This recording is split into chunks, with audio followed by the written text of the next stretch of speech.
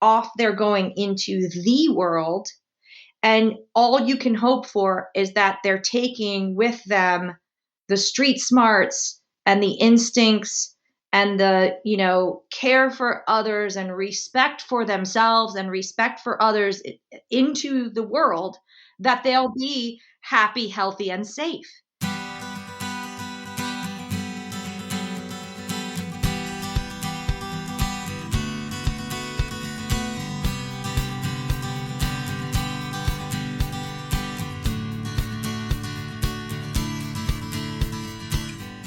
Welcome to Parent Footprint with Dr. Dan. I'm Dr. Dan.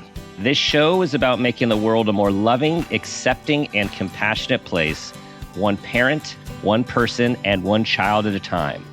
The key to raising healthy and engaged kids is for us parents to seek the same in our own lives while striving to be the best versions of ourselves each day. No matter who you are or where you came from, with increased awareness, you can be purposeful about leaving a healthy footprint for your children, your family, and all those you care about, while living your own life to the fullest. Today's show is Finding a New Buddy, Teaching Kids About Friendship with Christina Geist. Christina believes your life is measured in your relationships, not your accomplishments. She's been married to high school sweetheart, Sunday Today, and Morning Joe host Willie Geist for 19 years. They met in sixth grade in their hometown of Ridgewood, New Jersey, and currently live in Westchester County, New York, with their two children, Lucy and George. Their parents, siblings, and 10 nieces and nephews are all close by. Christina is the New York Times bestselling author of the Growing with Buddy series, Buddy's Bedtime Battery, and the New York Times bestseller, Sorry Grown-Ups, You Can't Go to School. Her latest book, which we are also going to be talking about today, is Buddy's New Buddy. In addition, Christina happens to also be the founder and CEO of Boombox Gifts and co-founder of True Geist, a branding and design firm. Christina, welcome to the show. Thank you, Dr. Dan. So I really appreciate how honest you are and transparent you are. I just read your latest, the LitHub piece, where you talk about early on the struggles, like how hard it is to be a good parent, or just how hard it is to be a parent. So I was wondering if you could tell everyone about how you view parenting and sharing your stories with everyone. Sure, I'm happy to. And thank you for having me. This is such an important conversation and such a great forum for parents out there. So I'm really grateful to be a part of the conversation. And for me, I always try to start these kinds of conversations with, I'm N of one. I'm just one person. I'm one mom. I happen to be a writer, but I'm only one person. I'm in no way a parenting expert like some of your other guests. I just happen to be a parent. And for me, a lot of my stories, my children's books in particular, were really born out of that experience, of that parenting experience in that moment of the middle of the night with a colicky newborn and a toddler in the bedroom next door, and just praying that no matter what happened, the toddler didn't wake up. And, Right. and, that constant kind of compromise that happens once you become a parent, and especially if you become a parent of another child and you kind of have two at the same time. Or God bless my little sister. She has 3 boys under 6 and a 4th child on the way. We don't know if it's a boy or a girl. But I'm observing her, in those weeds right now. And I think empathy is a big part of life for me. And I almost have to look back on myself in those years now that my kids are 15 and 13 and empathize with myself. Totally. And, I wish I could go back and say, it's okay. It's okay. Yes. I really appreciate that. I as well go back and I look at the years of overwhelm with we have 3, but about 4 years apart, almost under 5 years apart. And like yours, they were not good sleepers actually for a very long time. And that sleep deprivation, and then you still have your day activities and you still have to do all that stuff. And it's hard not to look back with, oh man, I wish I would have handled that differently. Or now here I am 10 to 15 years plus more mature as a human being. And if I knew then what I know now, so I think that empathy and compassion for parents is really important. I agree. And we're very lucky in that we had a huge village around us. First of all, I wasn't a single parent. I Hmm. have a great partnership in my husband, and we really are partners. We met when we were very young. We met when we were in sixth grade, and we were always classmates. We were in the same math class, same English class. We saw each other as kind of academic equals our whole teen years and even through college. And so when it came to career and, each of us getting started out there in the world, we really viewed each other as equals. And so when it came time for me to wave the flag and step away from work when the kids were 3 and 1, my husband works in very early morning television. Yeah. Yeah. And we were living in a New York City apartment with nowhere for him to sleep before he got up to go write a TV show at 3 a.m. So he was on the couch. We're sequestered in different parts of the house, of the apartment, just trying to kind of get through it. And when you're in those trenches together, I think it highlights not kind of who you are as a parent and what your point of view is as a parent, but also who you are as a partner. And Hmm. it can bring out the best and worst in people. I think, Yeah. I think a lot of families experienced that in COVID when everyone was kind of crunched back in, to Hmm. these really pressure cooker situations as families. And it was kind of like either you rose to the occasion or it brought out all the stuff that needed to be addressed and could not wait, another minute. Yeah. And so I look at life as a long game. And I think, if you've got the right people around you and you've got the right village around you, the game can be a lot of fun. And there's no such thing as too much love in a child's life. So if you Hmm. need to tap Hmm. out and take a time out yourself, by all means do it and call in the grandmas, or call in the aunts and uncles, whoever you need. Yeah, just be okay with you don't have to do it all yourself. And the other thing you alluded to is there are some people who are having to do it largely by themselves, and just that is so hard. It's just harder. And so any way you can create a village, whether it's through your biological kin who you happen to live with, and I know we'll talk about you guys just made a really significant move. I think to be closer to family, which is awesome. Um, but like any kin, neighbors, cousins, mentors, boys and girls club. Like there's so many ways to create that village. And it is so important because, of course, that's how we all used to grow up back in the day, depending on how far back you go, right? Village raises kids, not parent or parents. Totally. And I think the thing that is tricky is to be the fun one. And when you're doing all of the stuff, Hmm. it's really hard sometimes to like push your own fun button and to be, we used to laugh when my husband would kind of sweep in and do something fun. It was like, oh, here's fun daddy, Totally. go ahead, go off with fun daddy. Not that I resented him for that. Like you need that role. And Hmm. sometimes over the years, I've been like, we're going on a trip and I'm like, okay, fun mom is out, here she is. Like she says yes to everything. She doesn't care. Like, sure, an extra ice cream before noon, whatever. And Hmm. it's like a button I do have to kind of push. Not as much now. They're 15 and 13. Life is a lot easier until they start driving. That'll be another episode of this podcast. But Yeah. in those early days when you're policing every bite of food and every move, it's very hard to just be fun. And so I think if you can accept that other people in your kid's life might be playing that role a little more prominently than you are, that's Hmm. okay. But someone's got to be fun. And the Hmm. fun thing for me now about writing picture books is that I get to be this fun presence in my Hmm. readers' lives when I show up for a school visit or I show up for a story time at a library or I show up here or wherever I am out in the world. I kind of get to play this fun person role. And I'm sure my kids are sometimes like rolling their eyes, like, where was this woman uh, Yeah, when totally. when we had to eat our vegetables? Yeah. Both are important, right? We need the taskmasters. We like stuff has to get done, people. And you're right. It is really important to try to step back and be fun too. And for those of you who don't feel that fun, I think there's two things about this. One is to remind yourself that you're doing all the important things to keep the family going, and two, to take a deep breath and maybe hit the fun button every once in a while, because I think we get locked into the tasks. I always talk about the forest and the trees, and we often get stuck in the trees. Like, do your homework, get out the door. You got to go to practice. You got to empty the dishwasher.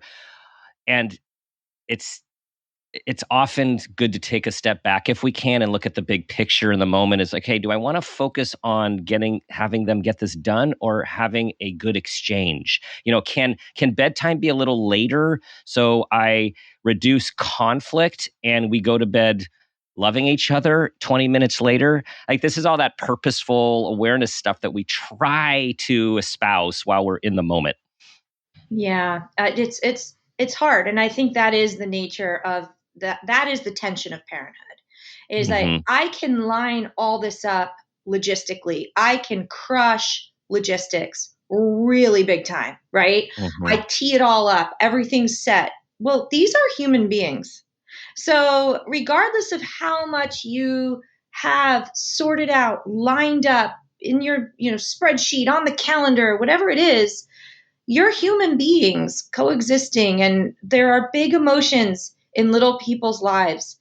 And, that is the part that I think is a struggle day to day for a lot of parents, particularly if you left your job and you're kind of like professionally parenting. Because I think our generation of people who have decided to take a break from work, and I'm one of them, when you Mm-hmm. took the break from work, it felt all of a sudden like, well, I have to achieve at motherhood, Right. and there is this social media climate that we live in now where everyone is kind of broadcasting their achievement in Mm. parenthood, or there's the Yeah. flip side, and they're hyper broadcasting all of the fails.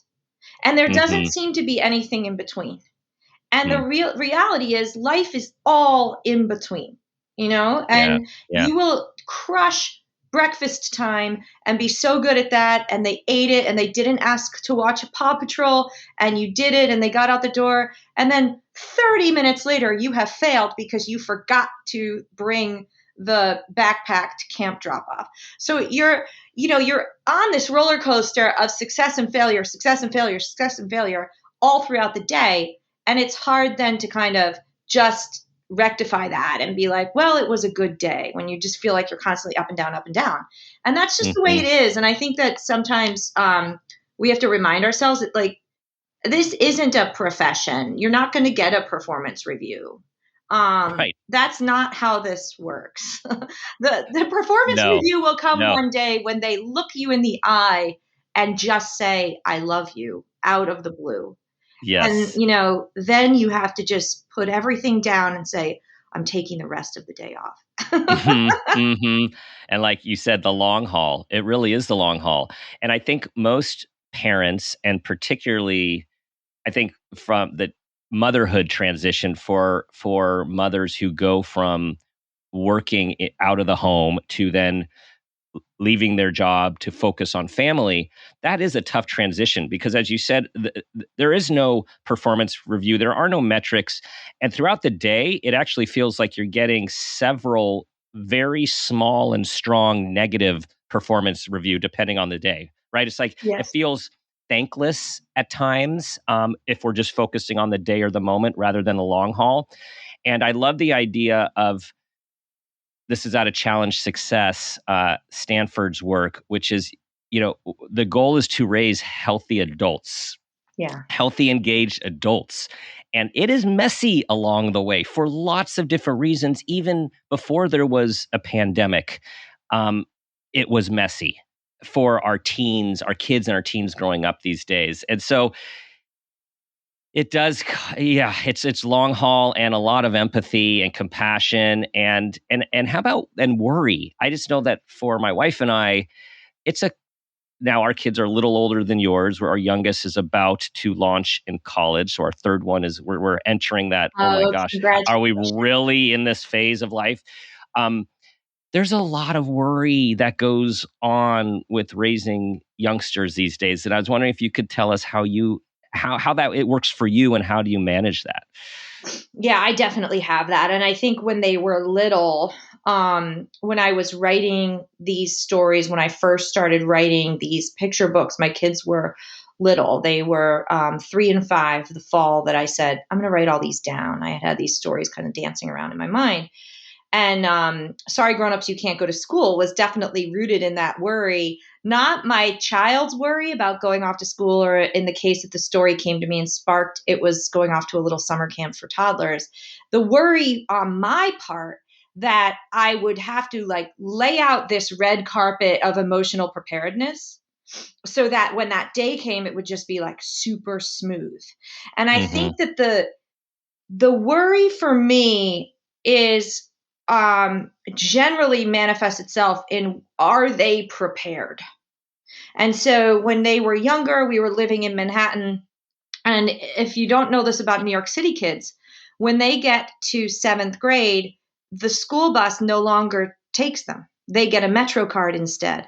And the expectation is that they're moving around the city with their Metro card, either on the bus or subway or whatever public transportation is the right match for them to get to their particular school. So that year, I would put my son on the school bus and then walk a few blocks with my daughter and put her on the subway.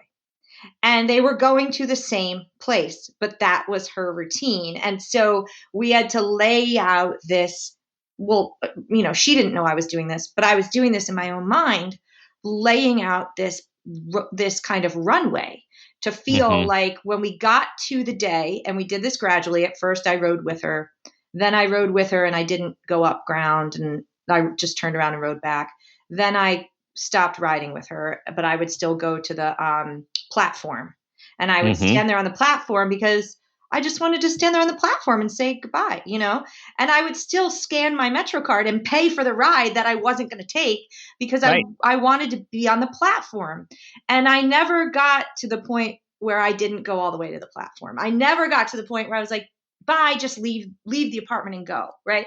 I would have had Mm-hmm. to, had COVID not hit and we had to change our transportation, I would Mm-hmm. have had to get to that point. And I think that for me is like a metaphor in all of these situations is, okay, I'm starting with you here, then I'm letting you go, I'm letting you go, I'm letting you go, I'm letting you go. And I have to let myself go in that process. Yeah. And I Yeah. have to know that you're prepared because we prepared for this together, and we did. And I Mm-hmm. also need you to know that I'm going to stay on that platform as long as you want me. Mm-hmm. And that Mm-hmm. so the day that I stopped riding the train was her decision, not mine. Mm. And I needed her to know that if she wanted me to ride that train every day for the entire year, I would have. Yeah. Because Yeah. who cares if a 7th grader isn't ready to move around Manhattan on their own? Yeah. Certainly, That is big. you That know, is really big. a Yeah. college kid, sure, but it's You're right. 7th grader. It's not like you're carrying your binky with you. It's young still. So, Totally. I think for me that kind of guides the way we deal with all of this stuff. And basically, what you did, I'm going to bring in two psychological processes from cognitive behavioral therapy, CBT, as people know it.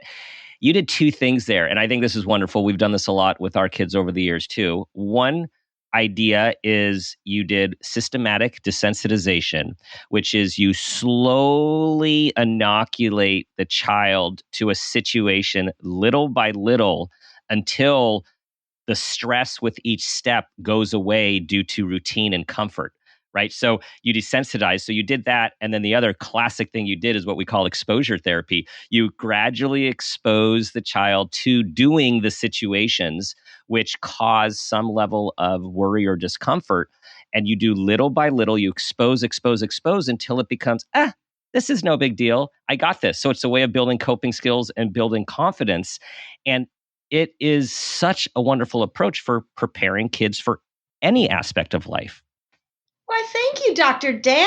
Yeah. I didn't Yeah. realize that I was, employing these techniques I may have learned as a psychology minor 20, You 25 years ago. Yeah, it's brilliant, and a guy, everyone listening, it works. And when I read you in one of the pieces, you had alluded to one of those stories, and I had a flashback with one of ours in elementary school, having to do the same thing to help her walk in from the parking lot to her classroom all by herself, just year after year, bit by bit, practice after practice until it was done. And the other part of that story to share with everyone is when our kids are anxious about something, they fight like crazy to avoid it because that's what we humans do, right? We avoid what we're afraid of. And they also say things like, I don't care. That's stupid. I don't want to go. I don't have to do that. I don't know why everyone's making a big deal. But that's usually out of fear. And once you're able to help them bridge and accomplish that task, they walk taller, and the confidence that they get from that, not only that, accomplishing that task, it oozes into other aspects of their life. Yeah, and I think that that's something we're all kind of grappling with in many ways, even as adults right now in this kind of post-COVID environment that we're in, where we kind of, I know I personally sort of retreated to like this little rabbit hole, and the surprising thing for me in the whole COVID experience was that I didn't really mind it. It was surprising to me how easily I sort of just detached from the rest of the world and kind of became really like introverted. And I Mm-hmm. was surprised at how it wasn't that hard for me. And then here we were back coming out of that. And in our case, as a family, we relocated outside of New York City for these high school, middle school years, and my kids started in new school in ninth and sixth grade last fall. And so we were all new kids. And, Mm-hmm. even Willie and I were new parents. And it occurred to me in this story in Buddy's New Buddy, where Buddy's not a new kid. His best friend has moved away. And so he's Mm-hmm. adapting to this newness of this kind of empty seat at the desk next to him at school. And how does he broach this process of finding a new friend and making a new friend, so he doesn't have to show up as the new kid. In fact, the new girl who comes to school, Sunny, is very confident. She has no Yes. problem being the new girl. Buddy's the one acclimating to this situation, so I sort of flipped it a little bit there. But in that case, it's this reminder that we push our kids into being new all the time. Our kids are new constantly. They're Mm-hmm. new right now at camp, or they're new at college, or they're new at Mm-hmm. school, obviously. They're new at karate class. They're new at music class. They go to the playground, and the majority of the time they arrive at a playground, they don't know anyone else there. They are new Right. on the playground. Right. And we just sort of push them off and push them off. Or I remember going to a friend's house, and there was just a gaggle of kids, and mine were old enough to go be in the gaggle of kids, and I didn't have to kind of hover around. They weren't going to fall down and hurt themselves anymore. They were sort of out of that toddlerhood and into this sort of big kid mode where they could just go off with the gang of kids wherever we were, and feeling like, what a relief. Now I can just chat with my friends and they'll go off with the kids, and they don't even care who the kids are. They just see people their size and they're like, oh, that's where I fit in. Off I go. Mm-hmm. And then as adults, how hard it is for us to be new, and how, we actually don't do this that often anymore. We don't really push Mm-hmm. ourselves into new situations or try new things, or, go show up at a ballet class and not know if everyone's going to be better than you. And, have Right. you ever done this before? And we're like, you'll be great. Go ahead. And if Yes. we actually went and did that, it would be totally terrifying. So it was a nice way through this story of Buddy's New Buddy to remind myself, Mm-hmm. challenge myself, to feel new again and to push myself into those kinds of situations, which, there are stories there. Mm-hmm. For sure. I'm also flashing on when we moved to our community when our oldest, I think, what our kids were in preschool, or some of them, ones were not born yet. And then we entered our local elementary school for the first time as these new parents. And my wife and I, who we met in college, and we are generally social people, we were like, oh my gosh, this is like being a child again. We're against the side of the school auditorium. We don't know anyone. We don't know what to say. There's clearly all these groups of people who know each other and have all these stories. And we would keep showing up and we're like, oh my God, this is so uncomfortable. How did this happen to us? Like we were comfortable. And we did. We had to stretch and keep showing up and introducing ourselves. And then who are our people, who might not be our people. But it's hard. It's really hard to do that as an adult. Totally. And in this case of the story, in Buddy's New Buddy, the way that he works through it, and I think this is so funny because we are having these conversations at a much more like adultish level in my household, is that his older sister, of course, Lady. comes to the Yes. rescue. Lady, that's his big sister. She's sort of omnipresent and ever helpful in all three of my books. And she has an idea of making a new friend and says, all you need to do is find something you have in common. And Buddy in this story is in first or second grade, so he doesn't understand the concept of in common. And she explains it to him she's in her room and she has a drawing easel and she sketches out the line drawings. Here's Buddy in the middle. And then here are all these little things that he loves: cookies, dogs, dinosaurs, karate. He loves robots. And so all these things he loves. And she explains to him, something in common is something you both, something about you that's the same, something you both like to share or play or do together. And he says, okay, I'll try. And so we've talked about that, at the high school, middle school, adult level of really, it takes one thing you have in common with one person one day at a time. Mm-hmm. To just remind yourself that all you need is one. You need one person and one thing in common, and just start there. And I think coming out of this weird, socially strange, stressful couple of years that we've all been through, I remind myself of that, pretty often as I'm reading it to my little buddies. Yeah, I think one person, one thing, one day at a time. That's so important because, again, pandemic aside, we have been living in a culture. Probably social media has a lot to do with this, where being out there, being extroverted, having lots of friends, having lots of likes, having lots of connections is seen as the gold standard.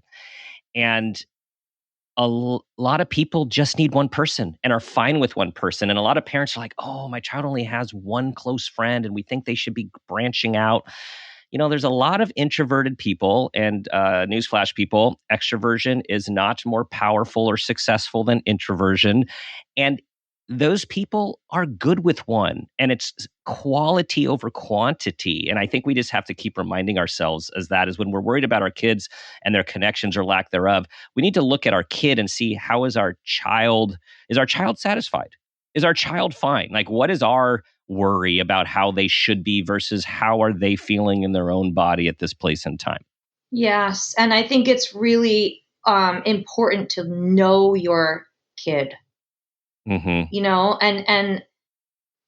I've seen you get to the point where you have a 15 and a 13-year-old and you've known so many other parents and so many other kids by that point in all these classrooms, in all these environments, right? And even in your own family. And I know there are people in my life who really, truly know their kid.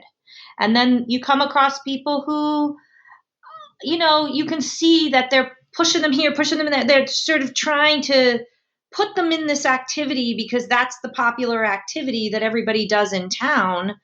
But their kid hates that activity. And so, pull them out, find what they love. Like you have to know them, but then you also have to follow them a little bit. And you have to be comfortable with them trying something and not loving it and figuring out, what do they love? What does kind of speak to them and spark their interest. And it may not be the thing that you did when you were a kid, and it may not be the thing that their older siblings doing, and it may not be the thing that all the rest of the kids on your neighborhood block are doing. And that's okay. And I think there's particularly as I see it in like a lot of our friends that are like in more like suburban cultures, right? Where like the town, and you grow up in the town and everybody plays this and everyone does that. And in New York City, it's very different when you're a young kid. Everyone sort of scatters off and goes and does whatever they do, and then they come to school. And there is like this separation there. So I got the interesting vantage point of having like viewed both of those worlds. Not that one is any better than the other, because I think sometimes it's harder for the city kid to play lacrosse if they really love it, because it's hard to find it, you know? So I just think if you can follow your kid a little bit and then, you know, watch where they're headed, and then try to put the thing in front of them that feels like, aha, here's this little, you know, brass ring for this guy. You know, for my son, it's drums. He's a drummer. He's a great musician. He's had an ear for music since he was very young. We've always known it's going to show up in some way. But if you put him on the stage and told him he had to sing in the choir, he would shut his mouth and just stand there. That's not the way it's going to work for him, you know? And so it's like, try to find the right match. Yes. And it is harder for parents, in my experience, to do that when you have a child who is veering off of what is considered mainstream or considered, you know, the supposed to sort of stuff, whether it's sports or, I don't know, what have you, just the like what everyone's doing. And it takes a lot of courage as a parent to follow your child in their own beat. And what you're talking about, Christina, is accepting, right? Is accepting your child for who he or she or they are. And that doesn't mean you have to accept dangerous behavior. I think sometimes people get confused, particularly as kids become adolescents, and there is more, not always, more propensity to push some limits in identity development. And it's like, well, that is not okay. And yeah, it's some behavior we do have to really intervene, but that intervening on behavior is different than accepting for who our child, this human, is, and showing them that they are valuable for who they are, not for what they're doing or how they look or how they're performing.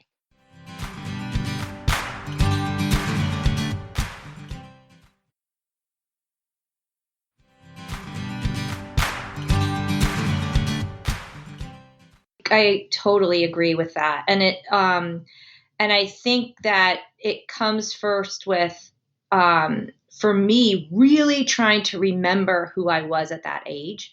I'm blessed with a pretty clear memory of myself at different points in time. My mom might disagree with my version of events and what was really going on from a parental point of view, but I do remember myself, particularly my daughter is entering 10th grade. I have very clear, vivid memories of high school and what I was feeling, and middle school as well. And so I can try to kind of put myself into that age and try to sort of say to my kids, like, this is what I was feeling at that point in time. This is what my friends were up to. And you know, with all the high school stuff about to go down, I've said to my daughter, look, nothing that you're going to go through or experience is something that dad or I haven't seen or heard. So you can tell me. You don't have to tell me, but you can tell me, and I guarantee you I will not be shocked. I might not agree. We might have, you know, we might not see eye to eye on things, but if there's something that you need help with or a friend needs help with, and you're ever concerned that coming to me will shock me, you are wrong. You are already wrong. And because I remember it all myself. So we're veering far out of children's picture books into Yeah. the other We'll get back genre there. We'll get back there. But that I think, yeah, I wouldn't even yeah, attempt to tackle as a writer. yeah, But I think as a parent, it is important to say, oh yeah, what was I up to? totally. Totally. And all of this, God, what are they thinking? Or how can they do that or that, take that risk or do that thing? I just think what you're saying is so important is for everyone listening. Like, let's take a step back and think about what you were thinking at that time. When our kids get older and they have less need to communicate with us and we start to take it personally, think about what you were thinking about the communication with your parents. And a lot of the times, I tell clients who deal with this a lot, it's not that your kids are doing this to you. They're actually not even considering you because if you've also are doing things healthy, they're focused on their own life instead of focused on taking care of you and doing things because you need them to do it. And so it's this real, interesting process of kids being invested in their own lives and us trying to remain connected to what it's like to be in that phase of life, as you are pointing out. Yeah, and when they're little, your mission is to choreograph this world for them. Like when you're parenting a young child, you're trying to sort of build this world that they live in, right? And the Hmm. people that are in it and the places that they go. And I'm like, with my hand, I'm creating this little like dome on my desk. Yes, a And container. Yes. you're building this world for them. And that actually Hmm. is your job as a parent of a young child is what Hmm. is their world and are they safe and happy and healthy in it, right? And then all of a sudden, in whatever the clock strikes, whatever age, it's the world that they're in now, and it's the whole world. And it's you've lost that role of having these boundaries that you're creating around them, and Yep. you're now watching them go, and their back is turned and off they're going into the world, and all you can hope for is that they're taking with them the street smarts and the instincts and the, care for others and respect for themselves and respect for others into the world, that they'll Yes. be happy, healthy, and safe. Right. And it's very hard. It's very hard when their back turns and they start to go that way. But to your earlier point and to the Stanford, research that we've all read about, that's the gig, guys. Like that's the point. Hmm. Right. And I Right. certainly don't want them moving home after college and feeling like they can't make it out there in the world without us paying their rent, or they can't afford to find this place to live because it's not nice enough. Well, go live in the crappy place. That's what we all did. You got to make it work. Like, and I think that, Hmm. that the instinct is to still be building the world for them. And, Hmm. and that's not doing them justice. So remind Hmm. me that I said this when they're graduating from college. I'm going to have to go back and play this for myself then. Well, and we'll be having another conversation about your latest book in the Buddy Growing Up series, because I have a feeling, is Buddy going to be with us for a while? Is Buddy going to grow? Are we going to grow up with Buddy? It's a good question. It's a good question, Dr. Dan.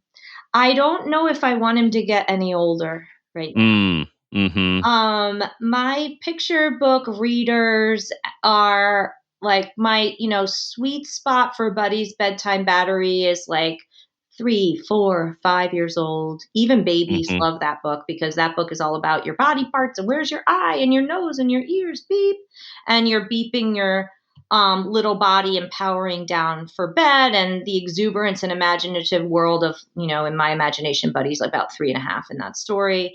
In Sorry Hmm. Grown-ups You Can't Go to School, he's kindergarten. Hmm. He's out the door, and Lady's in second grade.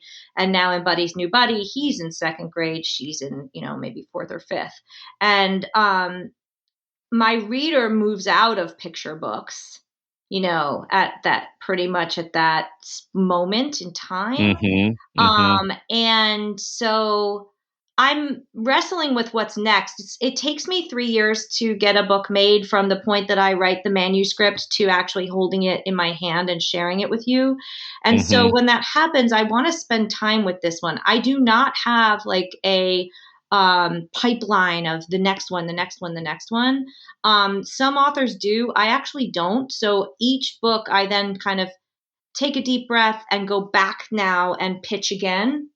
Mm-hmm. And I I'm wrestling with that, with Yeah. kind of what is next for Buddy, or um, do we let him live in this beautiful little world he lives in, and move on to something new and different.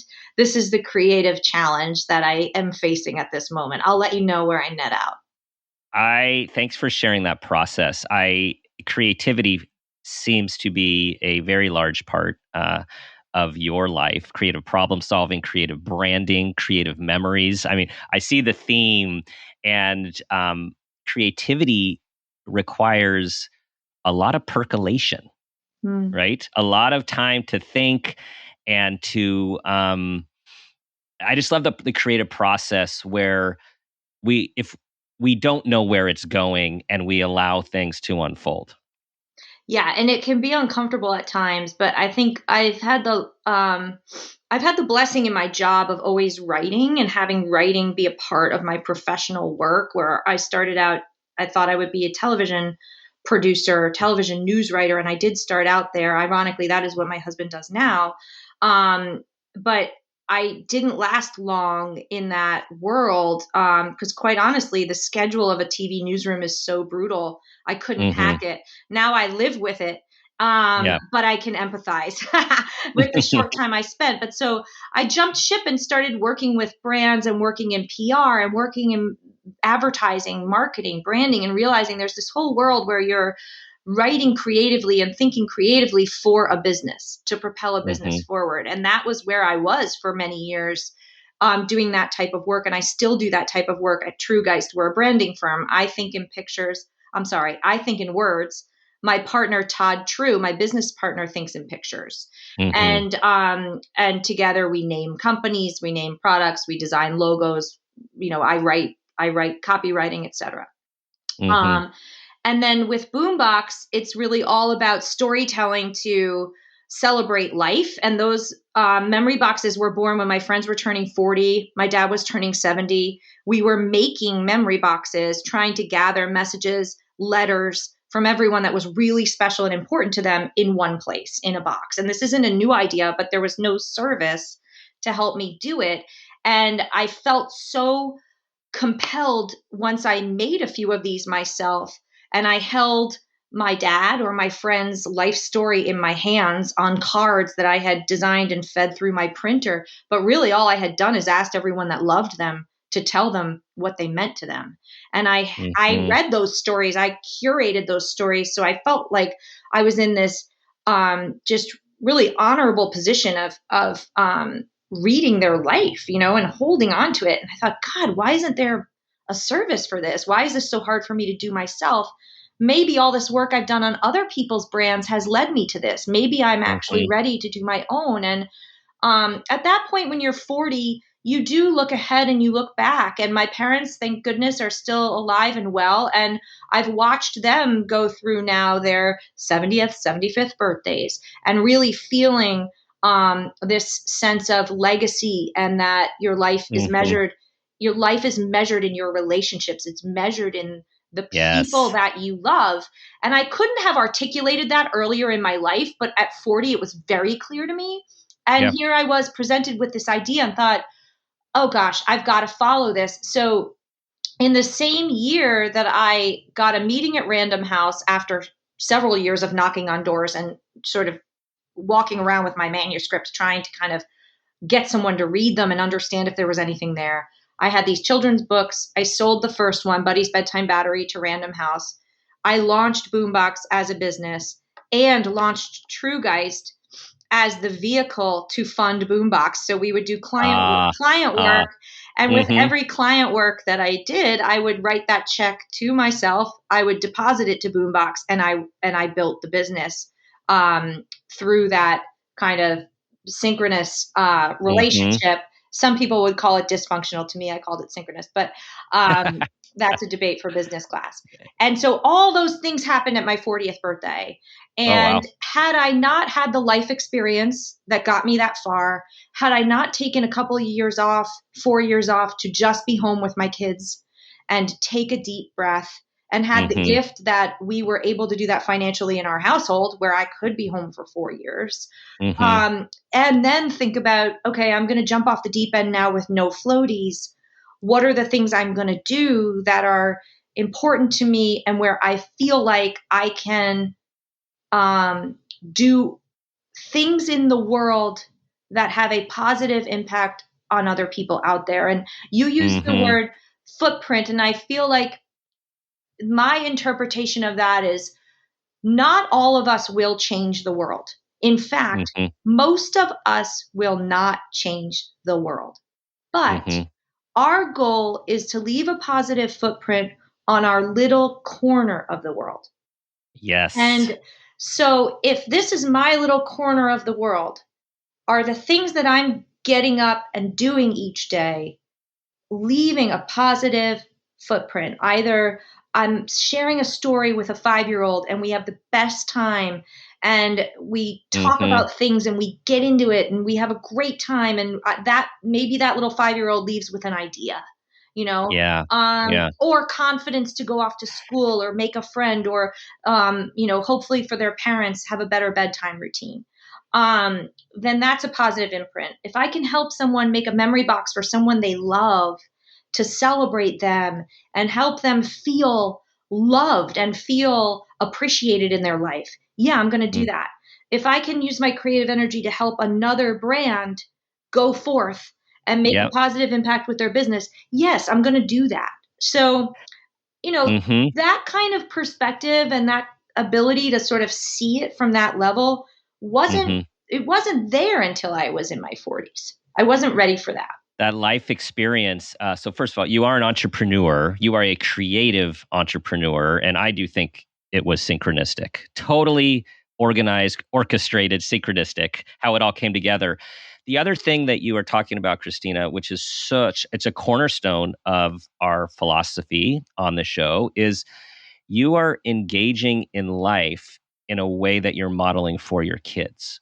Like you are showing them that you are creating, you are passionate, you are struggling, you are figuring it out. And that is like the best thing we can do for our kids is to give them an example of engaging in life and creating meaning. So Uh, I'm giving you an award. So I know you don't get a lot of job feedback. So I'm giving you an award that I think that's awesome, and it's a great example for all of us. Thank you. I Yeah. appreciate that. Yeah. And I do hope that they go off someday and feel the confidence to really chase what makes them feel passionate. And I think Yeah. that their generation really does place a value upon that in Yes. a way Yes. that us Gen Xers were a little bit Right. more about, like, get out there, pay your bills, go. Right. Yep. This generation is really thinking about it in a different way. They are. Christina, it's time for the parent footprint moment question. Okay, Here we go. I'm ready. Tell us about a time that you became aware of yourself as an individual, as a parent, or even an awareness of your own parents. And that new awareness had a positive impact on your own life, your kids, and or those you love.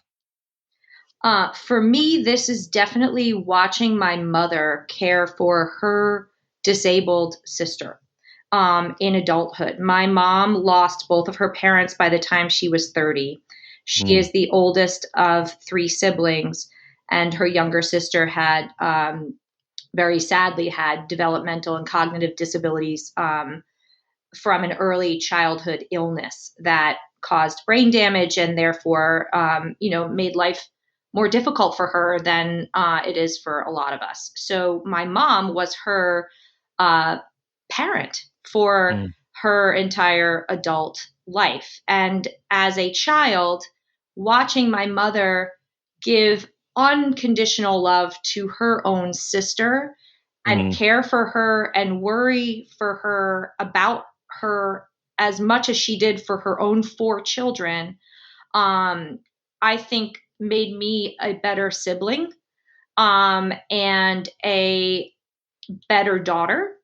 And I also understood very, very early on that you don't sit and bicker with your sister about that pair of jeans in your teenage years, or some of the dumb stuff that my friends were fighting with their siblings about. Your sibling is your ally in life. Your sibling is who's going to take care of you through and through. And that is how my siblings behave. I just saw my older sister last night. We went to the movies together.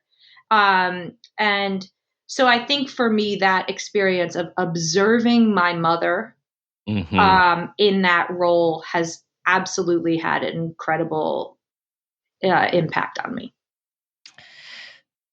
That's powerful.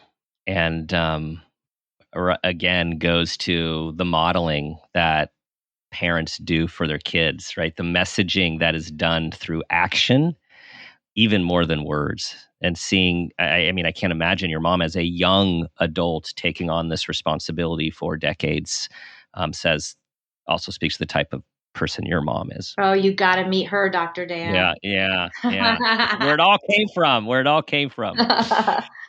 Christina, thank you so much for joining us today. And I so appreciate you talking about your personal and parenting experience and how you're putting yourself out there in your other media, all of the other host of media events that you're doing right now in your promotion. And it really helps regular parents have compassion for themselves about the parenting experience, right? Keeping it real and trying to resist all of these pressures we feel and all the social media that makes it look like things are a certain way. Like, parenting is exhilarating, it's excruciating, and it's everything in between. That's just the way it is. And at the end of the day, it's the best. Yes. And the long haul, everyone, the long haul. We're in this for the long haul, creating these human beings to grow up and be in the world. That's right. And have engaging lives. Christina, tell everyone where they can look for your series, look for all of the you're doing a lot of media these days. How do they find you? Sure. The easiest place is just ChristinaGeist.com. And there are links there to everything I do. So you can find books, you can find Boombox, you can find True Geist, you can find it all at ChristinaGeist.com. And if you are just looking for books, you can just go straight directly to your favorite bookseller, ideally your favorite independent bookseller. And you can just search my name there, and all of my titles will show up and be available to you there. And it is a beautiful and easy navigable website because you also are a professional brander, and that shows through in all that you do. The books are beautiful, everyone. The books are beautiful. They are works of art. Thank you. We have Tim Bowers to thank for that. Yeah. That's it, everyone. Another wonderful conversation. Thank you for listening. Thank you for your 5-star reviews. Thank you for sharing this episode with everyone you think will benefit. Do your best to be the person you want your child to become, and ask yourself the guiding question I ask myself each day: what footprint do you want to leave?